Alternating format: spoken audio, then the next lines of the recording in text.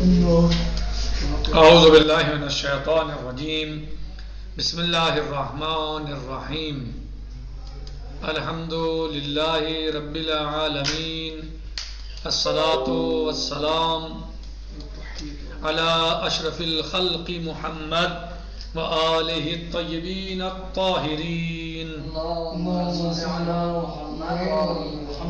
وعجل فرجہم. ہماری گفتگو چل رہی تھی خصائص فقہ کے بارے میں.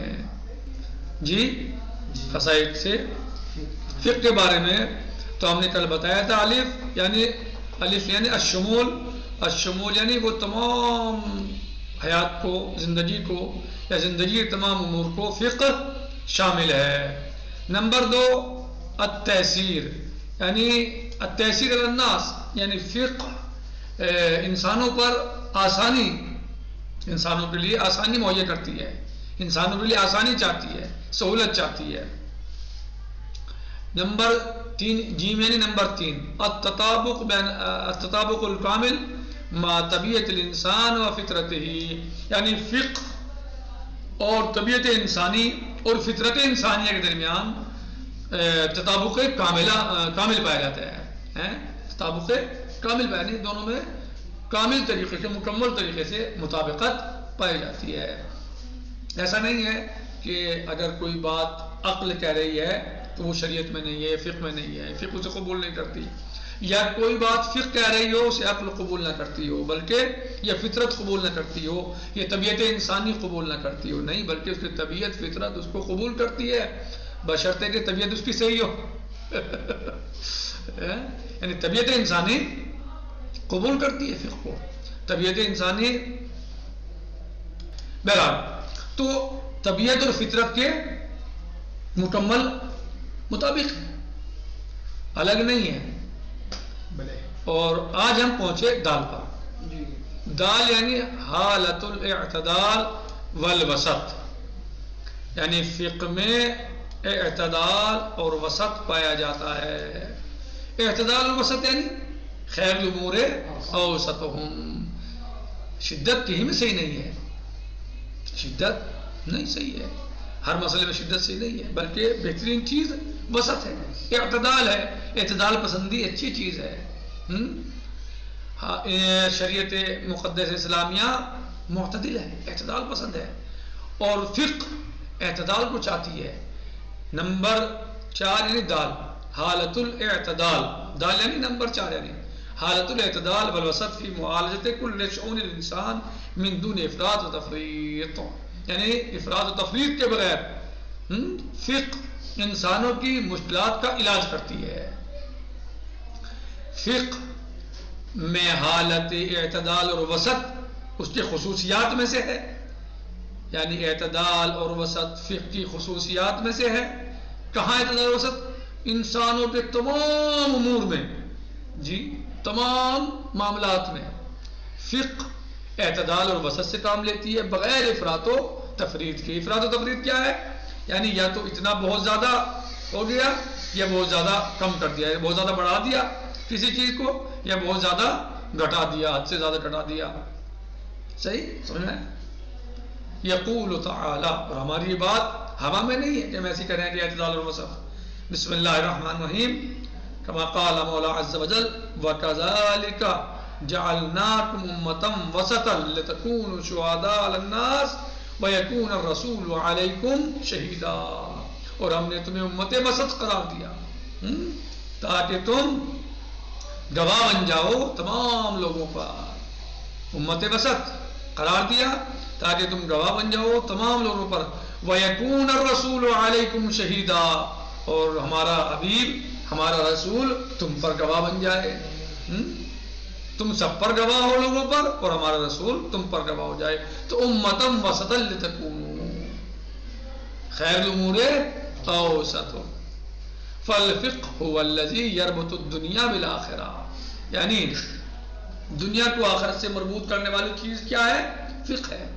جو دنیا کو آخرت سے مربوط کرتی ہے وہ فقہ ہے. وَيُؤَمِّنُ لِلْإِنسَانِ الدُّنْيَا وَالْآخِرَةَ مَعًا اور مأمون کرتی ہے انسان کے لیے دین و دنیا دونوں کو ایک ساتھ. یعنی جو انسان فقہ پر عمل کرے اس کی دین و دنیا دونوں مامون ہیں. دین میں بھی بھلائی ہے، آخرت میں بھلائی ہے. دنیا میں بھی بھلائی ہے، آخرت میں بھلائی ہے. دنیا میں بھی سرخرو ہے، آخرت میں بھی سرخرو ہے. ایسا نہیں ہے کہ جو انسان فقہ پر عمل کرتا ہو وہ دنیا میں کمزور ہو، نہیں، بلکہ وہ دنیا میں بھی سرخرو ہے، سر بلند ہے، سرفراز ہے، تو آخرت میں بھی وہ اللہ عز و جل کے قریب ہے، اور اس کے جوار میں، اس کی رحمت کے جوار میں اس کی نعمتوں اور برکتوں سے استفادہ انشاءاللہ کرے گا. وَيَجْعَلُ جَسَرًا لِلْآخِرَةِ، اور فقہ کو کیا قرار دیا گیا؟ آخرت اور دنیا کے بیچ میں پل قرار دیا گیا. یہی ہے من الدنیا للآخرہ، اور یہ ایک پل ہے. جسر یعنی پل، ایک پل ہے جی، پل، یہ پل ہے دنیا اور آخرت کے بیچ میں. یعنی اگر آپ کو کی دنیا کو آخرت سے کوئی چیز جوڑ رہی ہے تو فقہ ہے، کہ جس کے ذریعے سے آپ فقہ پر عمل کرو گے، یعنی پل پر چلو گے تو کہاں پہنچ جاؤ گے؟ نہر کے دوسری طرف پہنچ جاؤ گے. یعنی ایک طرف یہ کنارہ ہے، دوسری طرف وہ کنارہ ہے. کیسے پار کرتے ہیں آپ نہر کو؟ پل کے ذریعے سے مثلا، جی، جو بہترین طریقہ ہے بغیر کسی خطرے کے ہے عام طور سے عادتاً. تو فقہ بھی ایک کنارے کو دوسرے کنارے سے ملاتی ہے، دنیا کے کنارے کو آخرت کے کنارے سے ملاتا ہے. یعنی فقہ کے ذریعے آپ عبور کرتے ہیں، دنیا کو آخرت سے جوڑتے ہیں اور دنیا سے ہی آخرت کو حاصل کرتے ہیں. کما قال رسول اللہ صلی اللہ علیہ وآلہ وسلم، الدنیا مزرعۃ الآخرہ، دنیا آخرت کی کھیتی ہے، جیسا بو گے ایسا کاٹ لو گے. تو ظاہر ہے کہ یہ آخرت کی کھیتی ہے، تو اس کھیتی کے کرنے کا طریقہ، سلیقہ کون بتائے گا؟ فقہ بتائے گی کہ اس دنیا میں تمہیں کھیتی آخرت کے لیے کیسے کرنی ہے. اس چیز کو کون بتائے گا؟ فقہ بتائے گا کہ آپ یہ کرو، یہ اللہ کے لیے عزیز کام ہے، اسے اللہ، اس کام کو اللہ عز و جل پسند فرماتا ہے، تو اس کام کو انجام دو. اور اس کام میں اللہ کی مبغوضیت ہے، اللہ کا غضب پوشیدہ ہے، اللہ اس کام کو انجام دینے سے ناراض ہوگا، لہذا اس سے بچے رہو، اسے انجام نہ دو، اس کا ارتکاب نہ کرو. تو جب انسان ان کاموں کو انجام دے گا جس میں اللہ کی رضا پوشیدہ ہے، جس میں خود انسان کی مصلحت پوشیدہ ہے، جس میں انسان کی بھلائی پوشیدہ ہے، اور اس کام کو ترک کر دے گا جس میں مولا عز و جل کا غضب ہے، غیظ ہے، ناراضگی ہے، غصہ ہے، عدم رضا ہے، تو پھر خود بخود انسان کی آخرت بہترین ہو جائے گی. لہذا انسان اس دنیا میں فقہ پر عمل کرے گا تو گویا وہ اپنی آخرت کی تیاری کرے گا. یہاں وہ گویا بو رہا ہے، لگا رہا ہے، اور آخرت میں جا کے اس کو استعمال کرے گا، کاٹے گا. کما تدینو تدان، جیسا کرو گے ایسا. فمن يعمل مثقال ذرة خيرا يرى ومن يعمل مثقال ذرة شرا يرى. آخرت وہ مقام ہوگا کہ جہاں پر انسان جو اس نے ذرہ برابر نیکی کی ہے تو اسے بھی دیکھ لے گا، ذرہ برابر برائی کی ہے تو اسے بھی دیکھ لے گا. یعنی آخرت میں انسان سے کوئی اس کا عمل، چاہے وہ خیر ہو یا شر ہو، کوئی عمل اس سے پوشیدہ نہیں رہے گا، وہاں سب کو دیکھ لے گا، اور بلکہ وہ عمل خود کہے گا کہ اس نے مجھے انجام دیا ہے. عمل تو بہرحال، اور اللہ کسی کی نیکی کو، بھلائی کو ضائع نہیں کرتا. کما قال مولا عز و جل ان اللہ لا یضيع اجر المحسنین، اللہ نیکی کرنے والوں کے اجر کو ضائع نہیں کرتا، ان کی نیکی کو ضائع نہیں کرتا.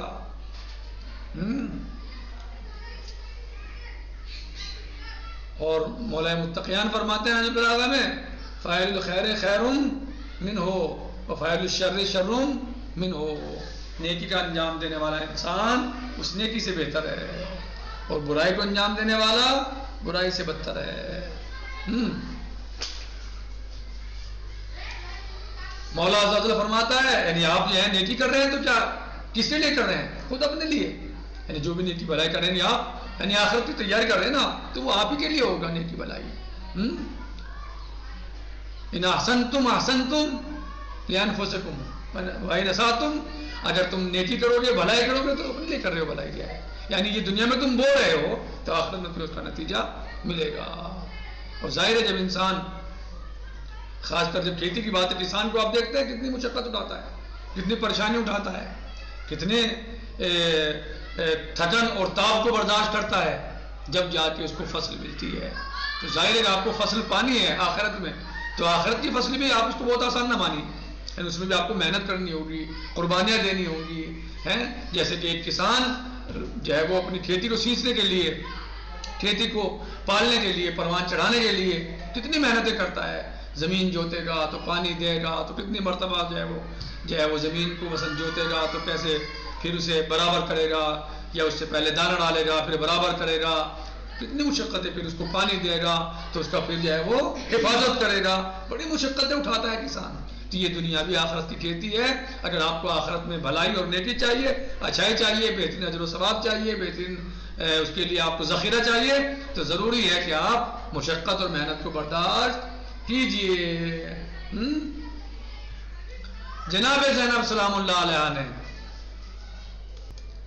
یعنی روایات میں موجود ہے کہ جناب زینب سلام اللہ علیہ نے اس رات میں بھی، جو 11 محرم کی رات ہے، یعنی شام غریبہ، اس رات میں بھی جناب زینب نے نماز تہجد کو ادا کیا، اور آپ نے نماز شب پڑھی ہے۔ اور اندازہ دیکھیے آپ جناب زینب کی کس قدر نماز اور نماز تہجد سے محبت فرماتی تھی کہ امام حسین علیہ السلام جب رخصت آخر کے لیے آئے تو آپ علیہ السلام نے جناب زینب سلام اللہ علیہ سے فرمایا، بہن مجھے نماز شب کی دعاؤں میں یاد رکھنا ہے، نماز شب میں مجھے یاد رکھنا۔ بہرحال کتنا مصیبت کا وقت تھا، لیکن شہزادی نے اس وقت بھی اللہ کو یاد رکھا اور نماز تہجد اور شب کو ادا کیا۔ تو بہرحال یعنی انسان اگر اسے بہترین آخرت چاہیے اور بہترین نتیجہ چاہیے، بہترین پھل چاہیے، تو اس دنیا میں اگر کوئی پریشانی، کوئی مشکل کا سامنا بھی کرنا پڑے تو اسے اس میں گھبرانا، ڈرنا نہیں چاہیے، بلکہ اسے حوصلے کا پہاڑ بن جانا چاہیے جی، اور اسے دنیا کے حالات اور مشکلات کا مقابلہ کرنا چاہیے تاکہ اس کی آخرت بہترین ہو سکے۔ بہرحال تو یہ جسر ہے، دنیا جو ہے جسر ہے، کیا ہے کہ لیے آخرت یہ فقہ جسر ہے، اور یا مثلا جو ہے دنیا میں جو بو گے وہ کاٹو گے، جیسے دنیا میں کرو گے ایسا، یعنی فقہ جو ہے آپ کو آخرت اور آپ کی آخرت کو اچھا بنانے والی جو ہے وہ ایک راستہ اور ایک طریقہ ہے۔ یقول تعالی بسم اللہ الرحمن الرحیم ربنا آتنا فی الدنیا حسنہ وفی الآخرۃ حسنہ، اے ہمارے پروردگار ہمیں دنیا میں بھی اچھائی، حسنات، نیکی عطا فرما، اور آخرت میں بھی نیکی عطا فرما۔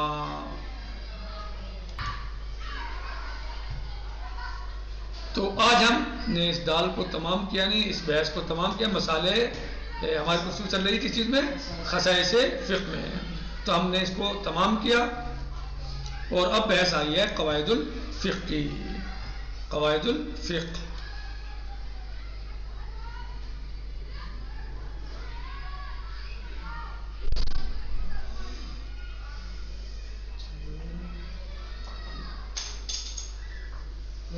آج ہم شروع کر لیتے ہیں قواعد الفقہ، یعنی قواعد فقہ۔ تو قواعد فقہ ہے کیا، یا قاعدہ فقہیہ کسے کہتے ہیں؟ کہہ رہے ہیں قواعد الفقہ ان القاعدہ الفقہیہ،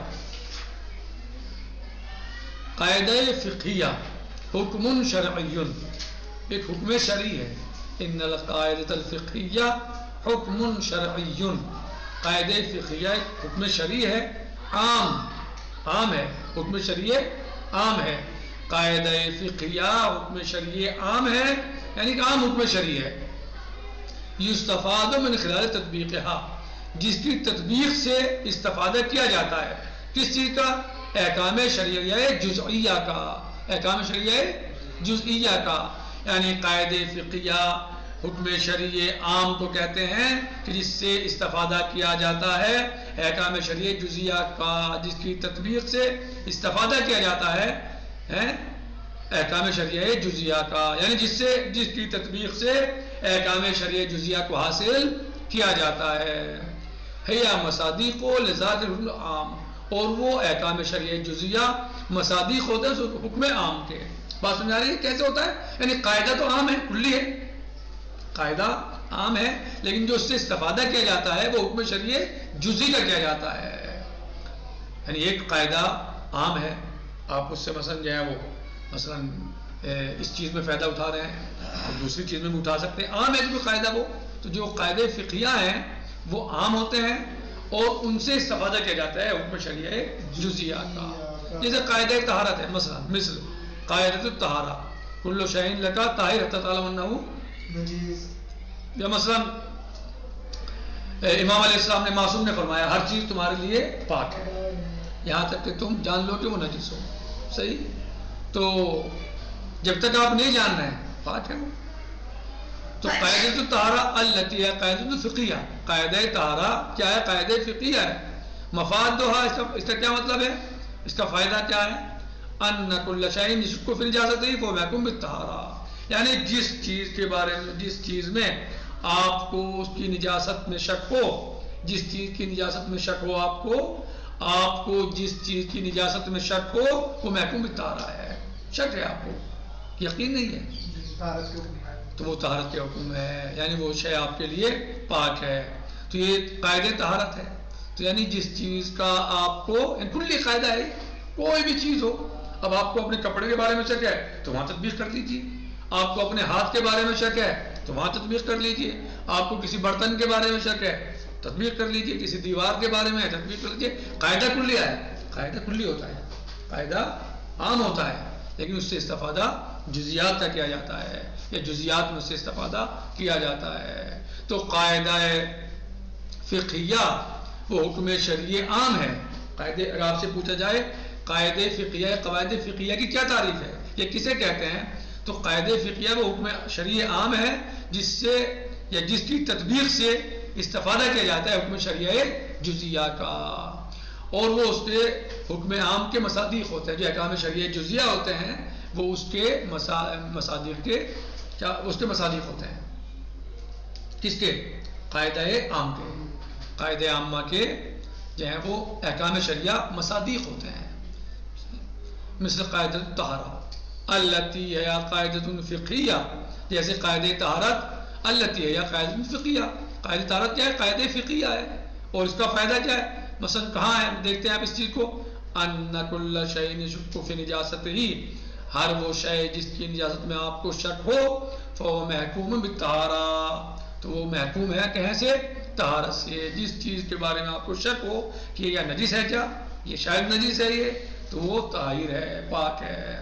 تو یہاں تو قاعدہ طہارت جو ہے وہ عام ہے، یہ خاص ہے، عام ہے. چاہے آپ کے کپڑے کا مسئلہ ہو، آپ کو وہاں شک ہو تو وہاں بھی قاعدہ جاری ہوگا، آپ کے ہاتھ میں نجاست کا شک ہو تو وہاں بھی قاعدہ جاری ہوگا، کسی برتن کے بارے میں شک ہو تو وہاں بھی جاری ہوگا، کسی فرش کے بارے میں شک ہو تو وہاں بھی جاری ہوگا، دیوار کے بارے میں ہو، جس چیز کے بارے میں آپ کو شک ہو تو وہاں سبھی جاری ہوگا. اور جو احکام شرعیہ جزیہ جو اس سے حاصل کیے جا رہے ہیں، اس کے ذریعے سے جہاں تطبیق ہو رہی ہے، جن پر اس کی تطبیق ہو رہی ہے، وہ سب اس کے کیا ہیں؟ مصادیق ہیں، وہ سب اس کے مصادیق ہیں. نقتفی علی هذا المقدار. امید کرتا ہوں کہ انشاءاللہ سمجھ گئے ہوں گے، اور باقی کوئی چیز نہیں سمجھے ہیں تو بعد میں رجوع کر سکتے ہیں. والحمدللہ رب العالمین. والسلام علیکم ورحمۃ اللہ وبرکاتہ. فی امان اللہ.